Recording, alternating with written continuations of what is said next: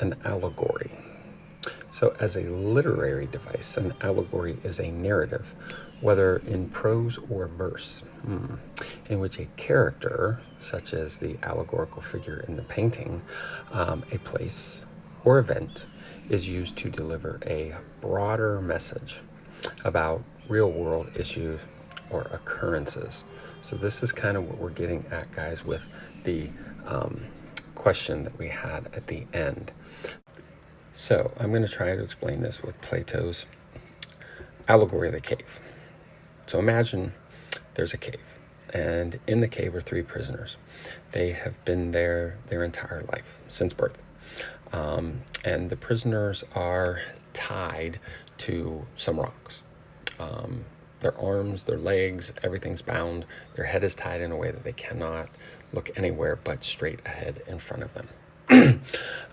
Behind the prisoners is a fire, kind of like behind me, and between them is a raised walkway, so they cannot see either side, anything else. People outside the cave walk along a walkway, carrying things on their head, including, pots and plants and wood and stone. They have animals that they may be carrying or maybe walking. And so then you have these shadows. And the shadows are what are seen as the images that the prisoners see at the front. Okay, you cannot look at anything behind you, can't look at anything beside you. So whatever you see, your perception, your sight, okay, is what you believe is knowledge. When people walk by, so the prisoners begin to play a game. So they would begin trying to guess what is going to appear next. And if you could guess what was going to appear next, you became the master of all knowledge.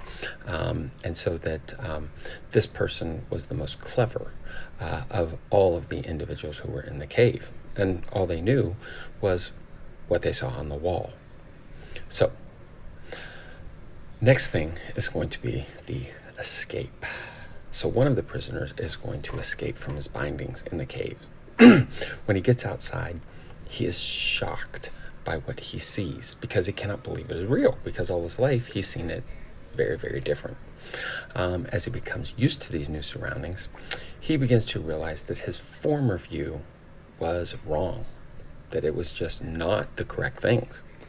He begins to understand his new world. He sees the sun, and the sun is the source of life, and goes on an intellectual journey where he begins to discover beauty and meaning and begins to philosophize as to what is happening. He sees that his former life and the guessing game that they played were useless. So now, the return. Is this real or is it not real? Can you tell? Anyway, the prisoner returns to the cave and he informs the other two prisoners, hey, I have been outside and I have seen this, and everything that we have seen is wrong. It is not knowledge. It is not true. They do not believe him, and they threaten to kill him if he were to free them of their bindings. And so he lets them go and leaves to go back to what he now knows is true knowledge. So everything you saw before was not real. It was not knowledge. It was opinion. Now, this is real. We're back to reality. And so, to explain this, in Plato's theory, the cave represents people who believe they have knowledge. They believe what they see, they believe what they hear in the world, and that for them is the empirical evidence. I see it, I hear it, it has to be true. Okay, there can be no other way around it. I don't have to search out reason because my senses tell me so.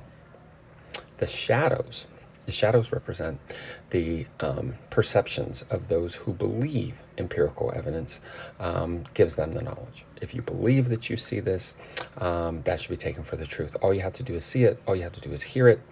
And in that opinion, you are what Plato would call a plebe. That you are not a philosopher. It was kind of an insult that they would use back in the day. So the game. The game represents how people that one person can be a master. He doesn't need to necessarily have this reasoning because he says things, he sees things, and if he tells you what he sees and what he hears, then that has to be absolute truth, and you're not looking for truth. You are taking it at its word, and this person is the master. And people admire that, and they go along with it blindly. So the escape. The escape prisoner is the philosopher. He seeks knowledge. He goes outside the cave. He tries to find reasons to explain things. He reads. He searches for knowledge. He questions everything. He doesn't just look and see things and believe that it is what it is. He has an intellectual journey, and he looks for truth and true wisdom. So, the return. When he returns, the other prisoner's reaction to the escape represents that people are scared of knowing. They're scared of knowledge. They're afraid of what they don't know. And they will take whatever someone tells them because of this fear. We have a lot of that today, where people are afraid of things and they take what they hear and they take what they see as true knowledge. So, hopefully that explained it and you understand it a little bit better. Thanks for listening.